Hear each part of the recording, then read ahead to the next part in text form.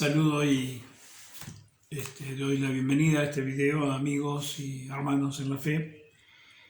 Y continuamos, este sería nuestro cuarto video sobre principios. Recordando siempre que un principio es una verdad fundamental para una ciencia, para una conducta, una ética, para un modo de vida. Vivir por principios, es decir, aquellas cosas de las cuales estamos ciertos, estamos seguros y lo aplicamos como una norma de vida para nosotros. Vamos a avanzar hoy con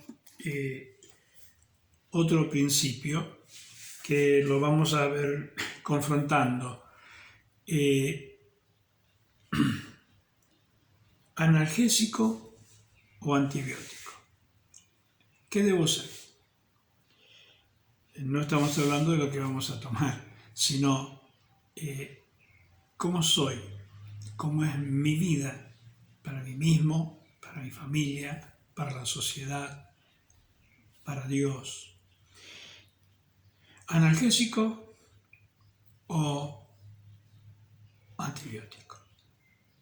Bien, Romanos capítulo 6, versículos 22 y 23 nos dice: mas ahora que habéis sido libertados del pecado y hechos siervos de Dios, tenéis por vuestro fruto la santificación y como fin la vida eterna, porque la paga del pecado es muerte, mas la dádiva de Dios es vida eterna en Cristo Jesús, Señor nuestro. Hemos sido libertados del pecado, ¿sí? Veníamos de una esclavitud. Fuimos librados de esa esclavitud y fuimos hechos siervos de Dios. Voy a volver por este concepto que prácticamente en sí mismo es un principio que hemos mencionado en otros videos. Éramos esclavos del pecado, servíamos al pecado. No podíamos dejar de hacerlo aunque supiéramos que está mal, aunque no quisiéramos volver a hacerlo, pero éramos esclavos del pecado. Por la obra de Cristo en la cruz del Calvario hemos sido librados de esa esclavitud, pero hechos siervos de Dios. A ver, cambiamos de amo, cambiamos de circunstancia, pero no hemos cambiado de estado. Antes éramos esclavos del pecado y con todas sus consecuencias, y ahora siervos de Dios para justicia. Entonces, claro que cambió la cosa. Más vale, cambió. No es lo mismo que el pecado sea nuestro Señor y que Dios sea nuestro Señor. Y no es el mismo final, sino que el final es la vida eterna, como hemos leído. ¿Por qué? Porque hay algo inexorable, algo que no se puede cambiar. Como decimos, no podemos tapar el sol con un dedo, o un árbol no nos puede tapar el bosque. Una realidad tangible y que está impresa en la sed de eternidad que cada ser humano tiene es que la paga del pecado es muerte. Pero también la realidad es que el regalo inmerecido por nosotros, la dádiva de Dios, es vida eterna en Cristo Jesús, en tanto y en cuando Él sea nuestro Señor y nosotros sus siervos. Porque aquí vemos que no es una práctica religiosa la que nos pone fuera del dominio del pecado, sino una persona, que es Jesucristo y Él como Señor nuestro. Cristo Jesús, Señor nuestro. Vamos a ayudarnos con el diccionario. Analgésico. ¿Qué es un analgésico? Dice el diccionario: falta o suspensión de toda sensación dolorosa, sea natural o provocada. Por ejemplo, aspirina, paracetamol, es algo que no ataca la enfermedad, es algo que mejora el estado físico, tal vez predispone el organismo para que pueda luchar contra los cuerpos extraños que están. Y bueno, estamos viviendo un tiempo con el COVID-19 que creo que todos ya estamos bastante informados de lo que significa eso. Pero el analgésico en realidad no resuelve el problema. Es un placebo, es una transición, es sentirnos un poco mejor mientras el cuerpo va combatiendo la enfermedad, si puede, si tiene con qué. Pero en realidad lo que estamos necesitando es un antibiótico. ¿Y qué significa antibiótico? sustancia química de bacteria o moho que impiden el crecimiento y proliferación y actividades de microorganismos que provocan enfermedades. Ejemplo, penicilina, ¿no? En sus distintos nombres comerciales. Entonces es algo que neutraliza la enfermedad, que va al fondo de la cuestión.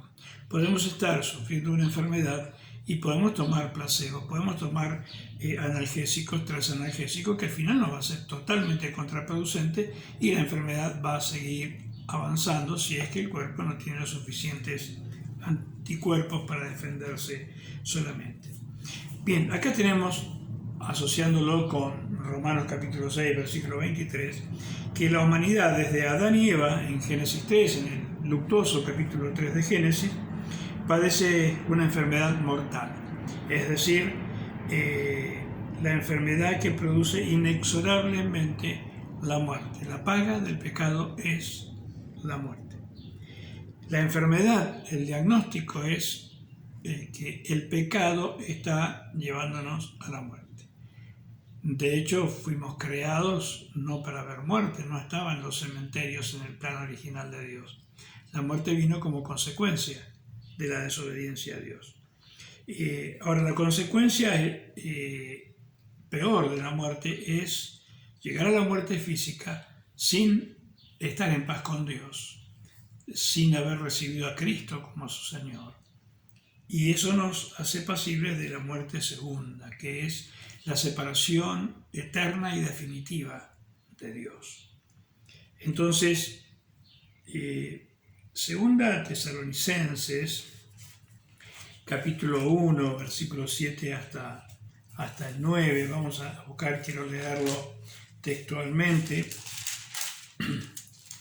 versículo 7 hasta el 9, dice así la palabra de Dios.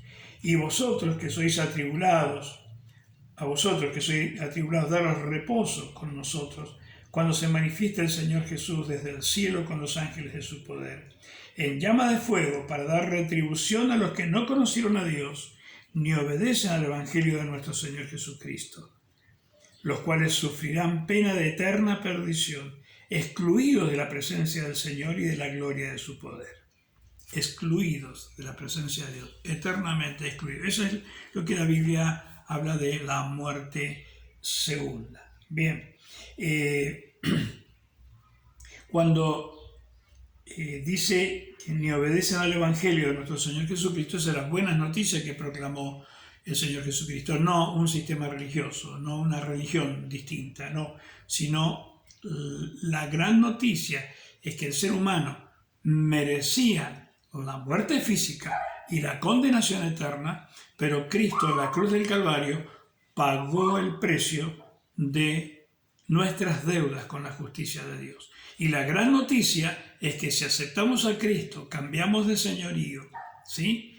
Ya no servimos más al pecado, sino servimos a Cristo Jesús, bajo ese señorío ya entonces estamos libres de esa perdición. La muerte física, sí, tendremos que llegar a la muerte física, pero no seremos pasibles, no recibiremos esa muerte segunda, que es la separación eterna de Dios. Entonces, el origen de la muerte es el pecado. La gran enfermedad con la que lucha el ser humano es el pecado. Y la prueba está es que la humanidad no mejora por sus propios medios, porque se promulguen leyes justas, porque hayan organismos internacionales procurando evitar los grandes males, sino la humanidad va de mal en peor. No quiere, pero no puede resistirse a lo que no quiere hacer. Y ese es el dominio del pecado. Por eso, el evangelio es buena noticia, buenas nuevas, es que Cristo pagó el precio de nuestra esclavitud para cambiarnos de amo. Servíamos al pecado y ahora podemos servir al Señor Jesucristo. Cristo Jesús como nuestro Señor. Avanzamos un poquito más. Lo que no es el cristianismo, quiero plantearlo así, porque si estamos alineados en lo que no es el cristianismo, somos una forma religiosa nada más, donde podemos ofrecer solamente un analgésico, una tranquilidad de conciencia, un sentirse menos culpable, y no es ese el objetivo de Dios. Todo sistema religioso, por bien intencionado que sea, tiende a ser siempre un analgésico, es decir, algo que suspende temporalmente la sensación de dolor, algo que tranquiliza la conciencia, un placebo de la conciencia. Por ejemplo, buenas obras, cantidad de horas de trabajo y venta de literatura, los pilares de oración del mundo musulmán, las reencarnaciones del hinduismo, buscar el estado de nirvana del budismo, o, en casos más cercanos, el pseudoevangelio de hacer pactos de dinero con agua, con sal, con aceite, exactamente porque a cambio de Dios me dé una bendición. No, Dios no está sentado en la mesa de las negociaciones con el ser humano. Dios está sentado en un trono, habiéndose previsto y provisto él mismo el precio por causa del pecado, enviando a Jesucristo su Hijo, y está desde su trono, no de una mesa de negociación, no está en una paritaria, no está en una mesa de negociación de igual a igual, sino que está ofreciéndonos la gran noticia de que si decidimos cambiar de Señor, cambiarnos de señorío, tenemos la oportunidad de haber sido sanados de la enfermedad del pecado, porque el precio pagado es precio antibiótico, no es precio analgésico, nada más ni nada menos que la sangre de Cristo vertida en la cruz del Calvario. Es el precio. Si eso no es un antibiótico, entonces ¿qué? Antibiótico contra la enfermedad del pecado, que de hecho nos va a librar de muchas enfermedades físicas también. Entonces, ahora no es muy difícil caer en estas situaciones de prácticas analgésicas que son muy populares y son placebos nada más, no van al fondo de la cuestión. Ahora, lo que sí es el cristianismo, vamos a ver, ¿qué es el cristianismo? El cristianismo, decimos, no fue pensado, ni diseñado, ni establecido como un sistema religioso puramente analgésico, sino por el contrario. Fue diseñado desde antes de la fundación del mundo. El apóstol Pedro, en su primera carta, capítulo 1, versículo 19, dice: sino con la sangre preciosa de Cristo, como de un cordero sin mancha y sin contaminación. Voy a leer el pasaje completo desde el versículo anterior, 18. Sabiendo que fuisteis rescatados de vuestra vana manera de vivir, la cual recibisteis por herencia de vuestros padres, pero rescatados no con cosas corruptibles como oro o plata, sino con la sangre preciosa de Cristo, como de un cordero sin mancha y sin contaminación. Allí tenemos el antibiótico para la gran enfermedad del pecado. La sangre de Jesucristo vertida una sola vez y para siempre en la cruz del Calvario. Y siendo ofrecido hasta hoy, 2000 años después, y el tiempo que nos quede para vivir, sigue ese ofrecimiento desde el trono de la justicia de Dios. No es una negociación, me das esto y te doy lo otro, no. Si nos arrepentimos de nuestros pecados, si decidimos realmente salir de la esclavitud del pecado y cambiar de una vida recibiendo a Cristo como Señor y Salvador, la sangre de Cristo es el antibiótico que el Espíritu Santo aplica a nuestra vida para ser sanados de aquel dominio y recuperarnos, restaurarnos y poder caminar bajo el señorío de Cristo. Se manifestó en Cristo. La carta a los romanos, de Pablo a los romanos capítulo 5, versículo 8, nos dice: mas Dios muestra su amor para con nosotros, en que siendo aún pecadores, Cristo murió por nosotros. Cristo murió por nosotros. No podemos olvidarnos de esto. Cristo murió por nosotros. Y si volvemos a la carta del apóstol Pedro, pero ahora primera carta de Pedro, capítulo 2, versículos 9 y 10, un pasaje muy conocido, dice así: mas vosotros, o sea, nosotros después de haber recibido a Cristo, sois linaje escogido, real sacerdocio, nación santa, pueblo adquirido por Dios, comprado con precio, por precio, adquirido por Dios, y ahí viene el objetivo, ¿por qué Dios paga ese alto precio por nosotros, enviando a su Hijo a morir en la cruz? Para que anunciéis las virtudes de aquel que os llamó de las tinieblas a su luz admirable. Si algo tenemos que recordar es dónde estábamos antes, pero no para cargarnos de culpa, sino para decir, no quiero volver allá, porque ha sido tal el precio que ha sido pagado por mí. Claro, parece que tenía algún valor porque Cristo murió en mi lugar, para darme la oportunidad de salvación. Y dice el versículo 10, vosotros, que en otro tiempo no erais pueblo, pero que ahora sois pueblo de Dios, que en otro tiempo no habéis alcanzado misericordia, pero ahora habéis alcanzado misericordia. Y misericordia es una palabra compuesta, misericordia, miseria de corazón.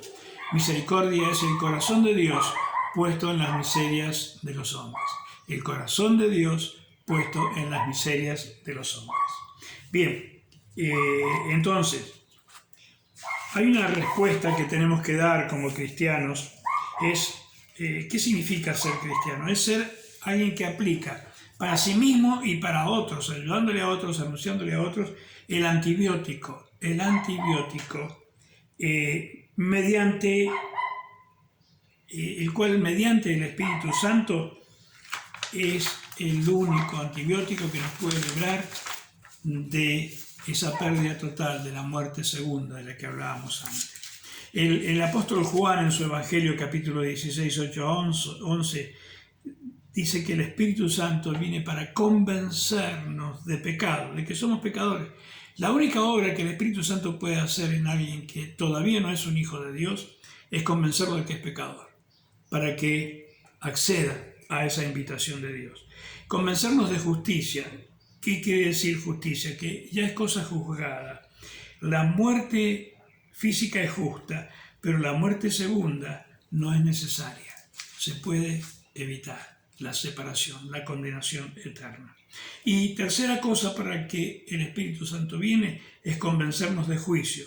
Cristo, en lugar nuestro, reemplazándonos a nosotros, fue declarado culpable frente al tribunal romano, presidido por Poncio Pilato, por insistencia de las autoridades judías. Entonces fue juzgado, declarado culpable, sentenciado y ejecutado en la cruz del Calvario. Pero Él, al resucitar, viene ofreciéndonos ese precio pagado a nosotros para que no lleguemos a aquella muerte segunda. Bien, entonces el Espíritu Santo viene para convencernos de pecado, de justicia y de juicio, pero también que Satanás ya ha sido juzgado, declarado culpable y condenado, cosa que está cumpliéndose parcialmente hasta que llegue la sentencia final. Bien, la motivación correcta, ¿por qué debemos buscar ese señorío y vivir bajo ese señorío, el de Cristo Jesús? La motivación para eso la encontramos en la carta a los Hebreos, la epístola a los Hebreos, en el capítulo 12 y versículo 28 y 29 leemos. Dice, así que, recibiendo nosotros un reino inconmovible, tengamos gratitud y mediante ella, ahí está la motivación, mediante la gratitud, sirvamos a Dios agradándole con temor y reverencia, porque nuestro Dios es fuego consumidor. Lo único que nos puede separar del fuego consumidor de Dios es la gratitud por lo que Cristo hizo en la cruz del Calvario. Entonces, ya no lo voy a conocer a Dios como fuego consumidor, sino como mi Padre Celestial amoroso, y a Jesús como nuestro hermano mayor, que estuvo dispuesto a morir en la cruz para pagar el precio que sus hermanos menores merecíamos haber pagado. Arrimándonos a la conclusión, nuestro servicio al Señor y en el Señor no debe tener ninguna otra motivación que la gratitud. Y cualquier otra motivación, servir a Dios por éxito personal, por fama, por dinero, por reconocimiento, reconocimiento público, por competir con otros, etcétera, etcétera, etcétera, nos pone en el terrible riesgo y pasible a que se nos diga, como dicen los evangelios en Mateo, en Lucas: apartados de mí, vosotros, todos vosotros hacedores de maldad, no les conozco. Jesús habló mucho de esto. Algunos dirán: Señor, fuimos miembros de una iglesia, practicamos la religión, pero Él tiene el derecho, se reserva el derecho de decir: apártense de mí todos ustedes, hacedores de maldad, porque la motivación no ha sido la correcta. La motivación para vivir bajo el señorío de Cristo es la gratitud por todo lo que Él hizo. Nadie, ni toda la humanidad junta, ni los 7.500 millones de habitantes que habitamos el planeta hoy, juntos podríamos haber pagado ese precio que Él pagó en la cruz del Calvario. Entonces, el cristianismo, o el cristiano, vamos a hablar del cristiano específicamente, es aquel que vive continuamente aplicando en otros y en sí mismo el único antibiótico para la única enfermedad que causa la muerte segunda, el pecado. Son los efectos de la sangre de Cristo para perdón de pecados, por amor a Dios. Nuestro cristianismo no puede ser analgésico. Nuestras palabras de consuelo a alguien en dolor, nuestro mensaje de salvación, no tiene que ser un placebo solamente para que la gente se sienta bien, sino para que sienta el peligro de esa muerte segunda y pueda acudir a Cristo Jesús como su Señor y salvarse de ese flagelo, de esa desesperanza total y eterna que es la muerte segunda. Nuestro cristianismo no puede ser analgésico, tiene que ser antibiótico. Y como el cristianismo es el antibiótico en nuestra sociedad, como cristianos debemos involucrarnos en la sociedad, en sus grandes problemas y ofrecer nuestros servicios, como sirviendo a Dios, porque de esa manera servimos a Dios, ofreciendo nuestros servicios, ofreciendo el antibiótico, que es la sangre de nuestro Señor Jesucristo. Bien, ante la expectativa de decir: apartados de mí todos vosotros hacedores de maldad, no les conozco, y el bien buen siervo y fiel, en lo poco has sido fiel, en lo mucho te pondré, entra en el gozo de tu Señor. No hay mucho para pensarlo, y quiero invitarte a que aceptemos esa segunda opción. La posibilidad que cuando tengamos que presentarnos delante de nuestro Creador, Él nos diga: bien, buen siervo y fiel, en lo muy poco fuiste fiel, en lo mucho te pondré, entra en el gozo de tu Señor. Y no aquella frase que suena a sentencia y es grave: hacedor de maldad, no te conozco. Oramos para darle gracias a nuestro Dios. Señor, ayúdanos. Señor, si podemos en algún momento ser analgésico para alguien, está bien. Pero nuestra razón de ser, la razón de ser del cristianismo en el mundo, del cristianismo en la sociedad, del cristianismo en la familia, justamente es tener a mano siempre el antibiótico. Pero no como quien cura enfermedades, sino como las evita, como que las ahuyenta, como aquella promesa ahí en el libro de Éxodo: ninguna enfermedad a la que envié a los egipcios te enviaré a ti, porque yo soy Dios tu sanador. Señor, gracias por ofrecernos, gracias por haber pagado y ofrecernos gratuitamente esta salvación tan grande, que no alcanza nuestra mente a comprender. Pero Señor, la muerte física viene a todos los seres humanos, pero la muerte segunda, la separación eterna, la condenación eterna, se puede evitar. Pero se puede evitar mientras estamos aquí, caminando en esta vida. Ayúdanos, Señor, a ser administradores y aplicadores del único antibiótico que puede librar al ser humano de esa muerte segunda, que es la sangre de Cristo. Te damos muchas gracias en el nombre de ese Jesús que murió en la cruz por nosotros. Amén. Dios les bendiga y nos vemos en nuestro próximo video.